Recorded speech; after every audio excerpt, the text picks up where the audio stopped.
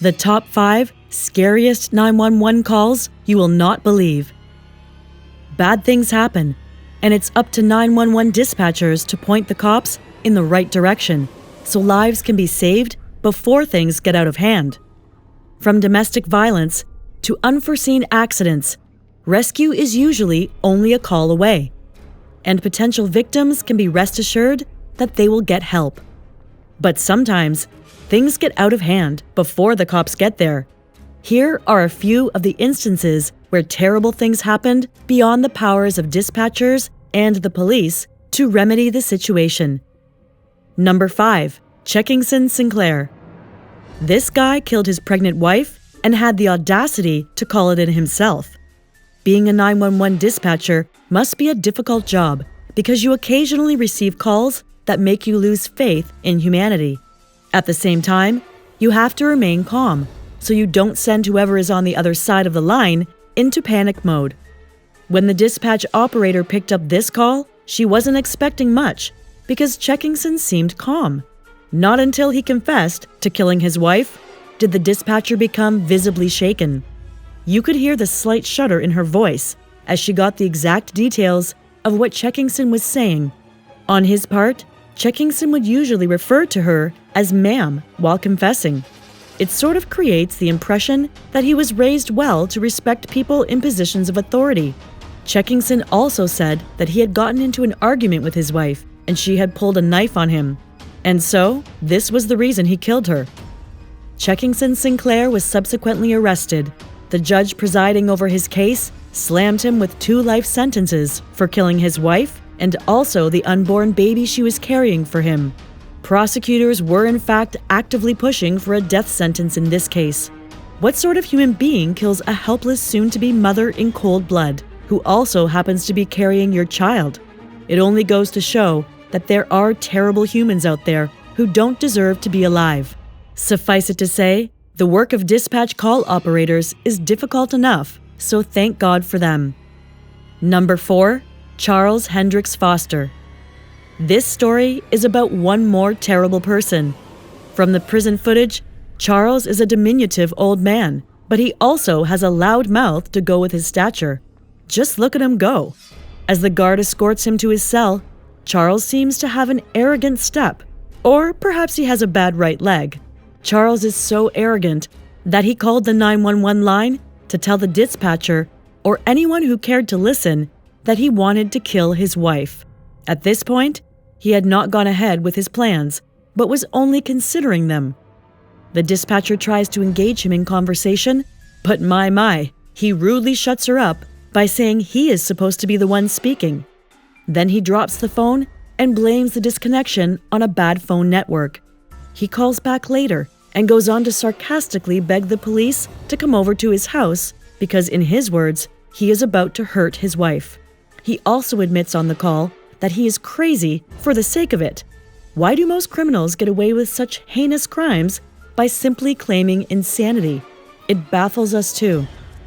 He continues to be rude on the phone and insists that he will certainly go ahead with his plans to kill his wife. As you listen to the transcript of the call, you can't help but shudder at how bold Charles is, and you start to realize that he is in fact capable of killing his helpless wife. The police soon arrive, and the dispatcher kindly asks Charles to go outside and talk to the cops. It turns out that Charles has already stabbed his wife. Fortunately, it's not fatal, and she is taken to the hospital and eventually recovers. Charles is subsequently sentenced to 10 years in jail for attempted murder. Number 3. Jake Evans. This one is similar to the Checkingson case. Jake also calls the police on himself, and it's a lengthy call, but throughout its duration, the dispatcher remains calm. Jake himself doesn't seem fazed by what he has just done. Before calling the cops on himself, Jake managed to kill his mother and sister. Now, that is as cruel as anyone can be. Jake even admits at some point during the call that he is evil. His tone seems to suggest that he is proud of being evil, or that he can't help himself from doing evil things, and has accepted his nature as it is. He also says he has always had it in mind to murder someone one day, and it just so happened that it had to be his mother and sister. The opportunity availed itself earlier than expected, so there you go. Throughout the call, the dispatcher doesn't sympathize with him in any way, nor does she encourage him. It is obvious that what he has done is downright bad, even if he doesn't seem to care. The dispatcher has been trained to be as professional as possible, and despite the urge to be offended or show anger at such a specimen of human being, the job has to be fulfilled. Jake then goes into graphic detail on how he carried out the murders. The transcript is not meant for the faint of heart, and most of it was censored during the court proceedings. Jake was eventually sentenced to 2 concurrent 45-year sentences. At the end of the court case, the prosecutor saw it fit to read a letter from his family as an expression of how they felt. It may very well have been a letter of banishment for killing his own mother and sister. Number 2, Antoinette Cayedito.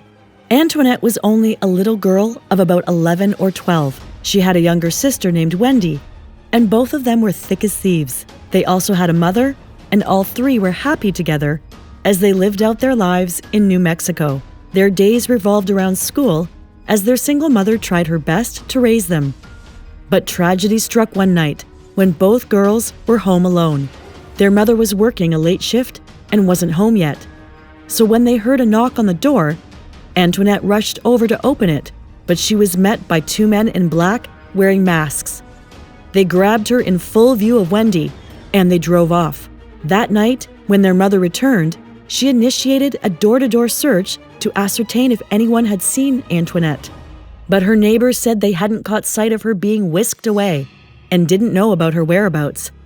At this point, their mother started to panic because the circumstances surrounding the kidnapping were unusual for their neighborhood.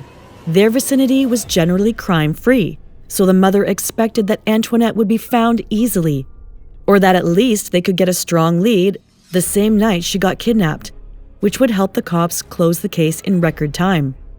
However, it would take an entire year afterwards for a clue to pop up on the radar. The police got a call from a girl who claimed to be Antoinette. She mentioned she was calling from Albuquerque. On the call, you can hear her breathing hard. Then suddenly, someone speaks up in the background and confronts her for using a phone. Antoinette screams before the call is dropped. Her mother was made to listen to the recording of the call afterwards, and she believes it was Antoinette. But to date, she remains missing. Number 1, Paul Michael Stephanie. Paul was notorious for weeping when he called 911. Before he was caught, he was responsible for the deaths of 3 women, as well as the grave injuries of 2 others. His killing spree began in the early 1980s, and he became notorious for weeping profusely when he called the cops to report his murders. Were we supposed to sympathize with him for being such a monster? Or perhaps he was trying to fool future juries into easing his conviction and eventual sentencing.